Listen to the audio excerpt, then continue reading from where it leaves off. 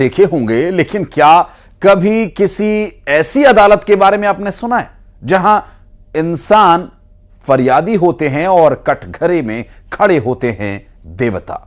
जिस अदालत में देवताओं की पेशी होती है, देवताओं को मिलती है उनकी गलतियों की सजा, जहां देवताओं का जेल है। बस्तर के केशकाल में देवताओं की यह अनोखी अदालत, जहां भंगाराम माई करती हैं न्याय।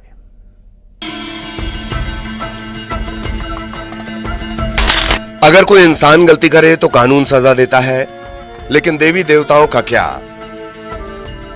अगर उन्होंने कोई गलती की, अपनी ड्यूटी पूरी नहीं की, उम्मीदों पर खरे नहीं उतरे, तो उन्हें कौन सजा देगा? क्या आस्था के ईवीएम में नोटा जैसा कोई बटन नहीं जिसके जरिए ये बताया जा सके कि ये देवता नहीं चाहिए? जैसे हर 5 साल में सरकार बदलती है, क्या देवताओं को बदलने का, उन्हें देवता की कुर्सी से हटाने का कोई जरिया नहीं?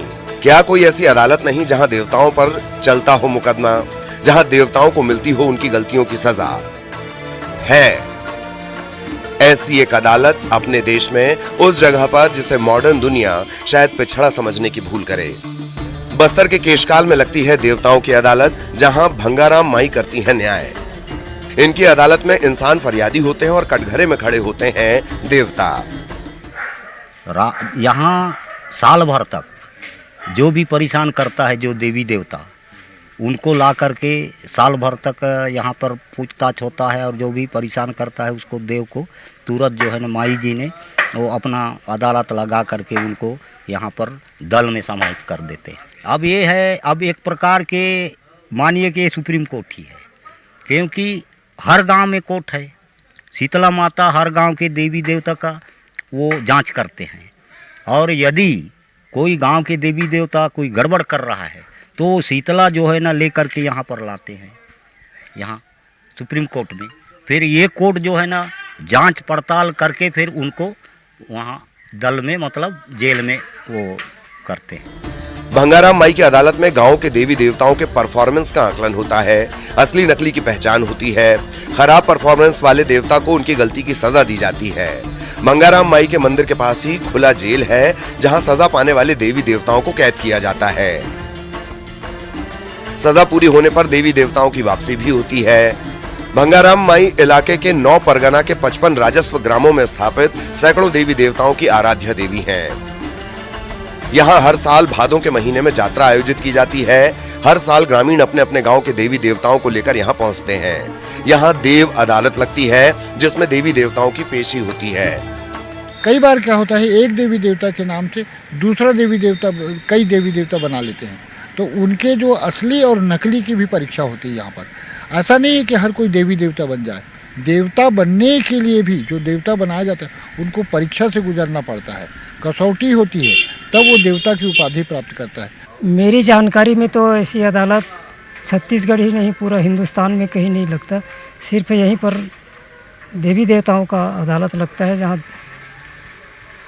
अपराध करने वाले देवताओं को सज़ा मिलती है। देवताओं की सजा आखिर खत्म कैसे होती है, ये पता लगाने का तरीका भी अनोखा है। इतिहासकार घनश्याम सिंह नाग बताते हैं कि जब देव अपने वंशजों का ध्यान रखने लगते हैं तो स्वप्न के जरिए उन्हें बताते हैं और वापस ले जाकर पूजा पाठ करने को कहते हैं।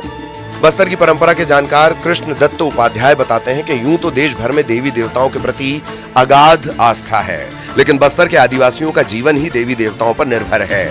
ऐसे में इन पर जब कोई आपदा आती है तो वो आरोप भी देवी देवताओं पर ही लगाते हैं।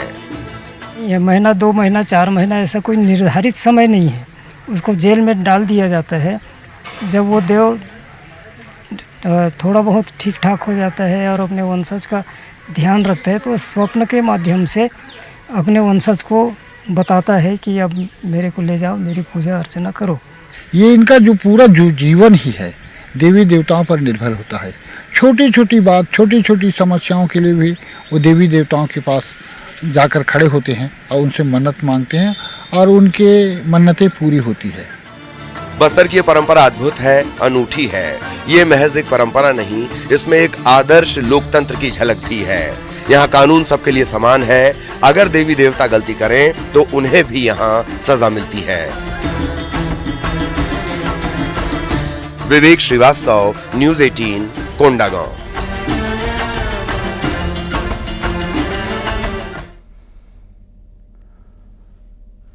और मध्य प्रदेश में बदमाशों का कहर लगातार बढ़ रहा है। इंदौर में कांग्रेस नेता ने गार्ड को गोली मार दी, तो बैतूल में बदमाशों ने एक शख्स की जमकर पिटाई की। शहडोल में नाबालिग को मुर्गा बनाकर पीटा गया। हालांकि नेताजी ने जो गोली चलाई थी वो गार्ड को लगी नहीं, लेकिन बदमाशी फुल थी।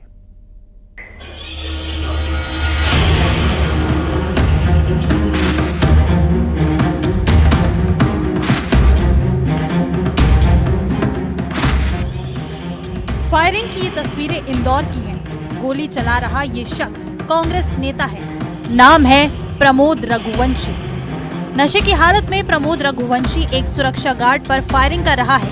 इसे पुलिस और कानून का जरा भी डर नहीं है। देखिए जरा ये कैसे गोलियां चला रहा है, दहशत फैला रहा है। अब जरा आरोपी प्रमोद रघुवंशी की दादागिरी का एक और वीडियो देखिए। इस वीडियो में आरोपी पिता पुत्र गार्ड की दौड़ा कर पिटाई करते नजर आ रहा है। गार्ड की शिकायत पर पुलिस ने आरोपी को गिरफ्तार कर लिया है। बीजेपी ने आरोपी प्रमोद रघुवंशी को प्रदेश कांग्रेस अध्यक्ष जीतू पटवारी का समर्थक भी बताया है। जीतू पटवारी के साथ आरोपी का फोटो भी सामने आया है।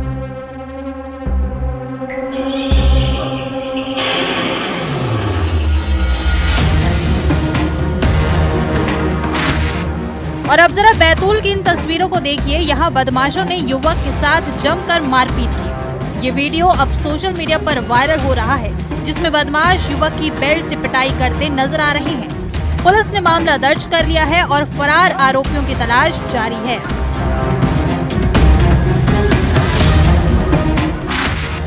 शहडोल में भी मारपीट का एक ऐसा वीडियो सामने आया है। यहाँ बदमाशों ने नाबालिग लड़के को बेरहमी से पीटा। इन तस्वीरों को देखिए, आरोपी कैसे लड़के को मुर्गा बनाकर पिटाई कर रहा है।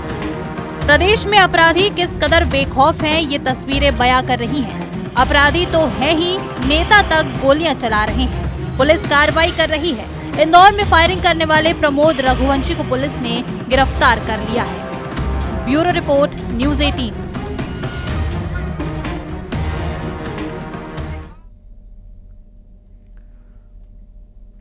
इसरो के गगनयान मिशन को सफल बनाने के लिए आ गई है व्योम मित्र। व्योम मित्र एक रोबोट है, लेकिन ये इंसानों की तरह काम करती है। गगनयान मिशन पर पहले व्योम मित्र को अंतरिक्ष में भेजा जाएगा।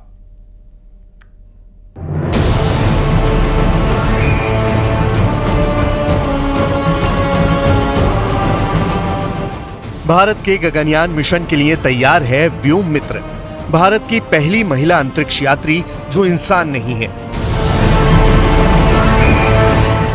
बिल्कुल इंसान की तरह दिखने वाली, बातें करने वाली इस रोबोट को देखकर कोई भी धोखा खा सकता है। ये भारत के गगनयान मिशन को सफल बनाने की अहम कड़ी है और इसका नाम है व्योम मित्र। गगनयान मिशन पर अंतरिक्ष यात्रियों को भेजने से पहले इसरो अंतरिक्ष यान की सुरक्षा का जायजा लेने के लिए एक महिला रोबोट व्योम मित्र को अंतरिक्ष में भेजने की तैयारी कर रहा है।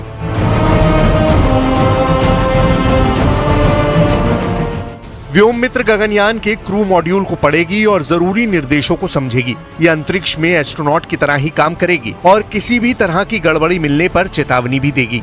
इसके साथ ही ये ग्राउंड स्टेशन में मौजूद वैज्ञानिकों और मिशन की टीम से संपर्क कर बात करेगी।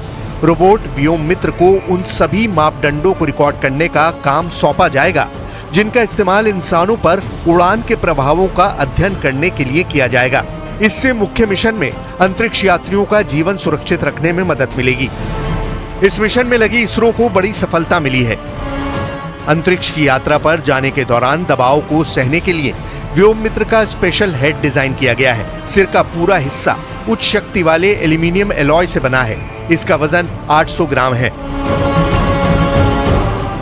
गगनयान की मुख्य उड़ान से पहले इसरो 2 मानव रहित मिशन गगनयान 1 और गगनयान 2 लॉन्च करेगा। ये दोनों मिशन इस साल के अंत तक लॉन्च किए जाएंगे। मुख्य गगनयान मिशन अगले साल 2025 में भेजा जाएगा। इसमें 3 अंतरिक्ष यात्रियों को 3 दिन के लिए पृथ्वी से 400 किलोमीटर ऊंचाई पर भेजा जाएगा। ये मिशन कामयाब रहा तो वो दिन दूर नहीं जब अंतरिक्ष की दुनिया में भारत, अमेरिका और रूस को पछाड़कर सबसे आगे निकल जाएगा।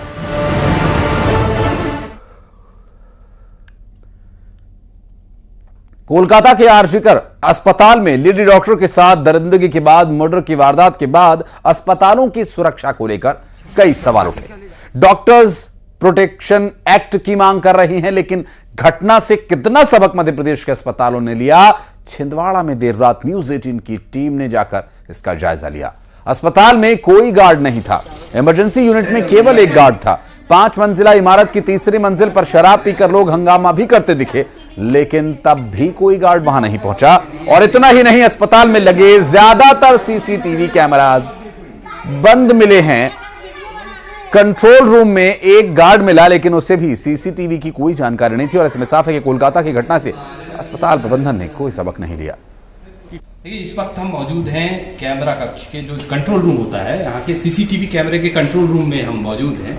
यहाँ पर आए गार्ड ने, जो गार्ड यहाँ हमें मौजूद मिला, उनने जरूर इस पूरे कमरे का मुआयना कराया। आइए हम आपको दिखाते हैं कि किस तरह से यहाँ कैमरा यूनिट काम कर रही है, यानी सीसीटीवी कैमरे जो हैं वो किस तरह से काम कर रहे हैं। देखिए, ये जो टीवी है फिलहाल बंद है, ये पूरा कक्ष खाली है, साफ है, यहाँ पर कोई भी कर्मचारी मौजूद नहीं है। यदि रात में सीसीटीवी की आवश्यकता पड़ जाए, कोई जरूरत पड़ जाए, तो यहाँ ऐसा कोई कर्मचारी नहीं है, किसी को ये ऑपरेट करते नहीं आता जो ये बता सके कि हाल में क्या घटनाक्रम हुआ था। ये एक बड़ी लापरवाही है। हमें जो पता चला है यहाँ पर हमारे सूत्रों से कि यहाँ पर तकरीबन 4 मंजिलों में जो कैमरे हैं वो सारे बंद पड़े हुए हैं, केवल मुख्य मार्गों के जो कैमरे हैं वो भर चालू है।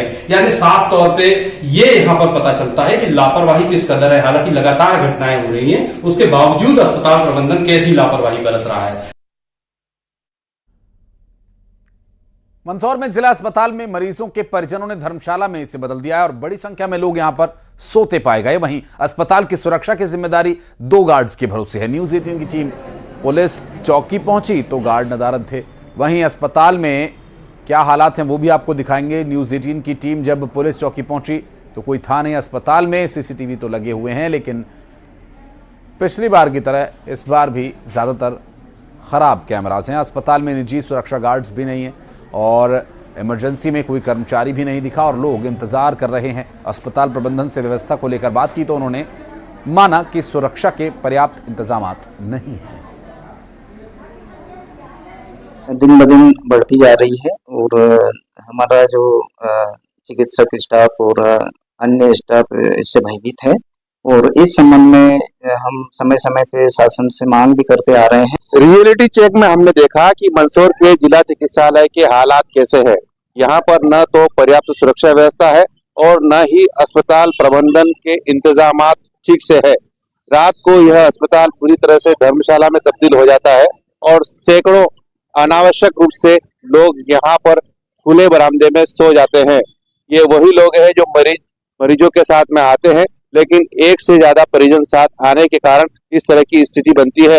अस्पताल प्रबंधन का यही कहना है कि हमारे पास पर्याप्त सुरक्षा बल मौजूद नहीं है, इसी कारण यहाँ पर अनावश्यक लोग आ जाते हैं और अस्पताल को धर्मशाला में तब्दील कर देते हैं। यही हालात यहाँ की अन्य व्यवस्थाओं के भी है, जहाँ पर अव्यवस्थाओं के चलते खामियाजा मरीजों को भुगतना पड़ता है। फिलहाल डॉक्टरों की सुरक्षा के बारे में अगर कहा जाए तो यहाँ पर एकमात्र पुलिस चौकी है, उसमें 2 लोग मौजूद है और वो भी रात के समय यहाँ पर मौजूद नहीं थे और अन्यत्र घूम रहे थे। सवाल ये है कि डॉक्टरों की सुरक्षा के लिए सरकार कड़ी व्यवस्था करने की बात कर रही है और डॉक्टर सुरक्षा की मांग कर रहे हैं, लेकिन जो जिम्मेदार पद पर पदस्थ है और जिनकी जिम्मेदारी सुरक्षा की है, वो ही अगर सुरक्षा में लापरवाही बरतेंगे तो डॉक्टर्स और अन्य स्टाफ की सुरक्षा कैसे होगी। नरेंद्र धनोतिया, न्यूज 18, मंदसौर। और यहां ले रहे एक छोटा सा ब्रेक, बहुत जल्द लौटते हैं।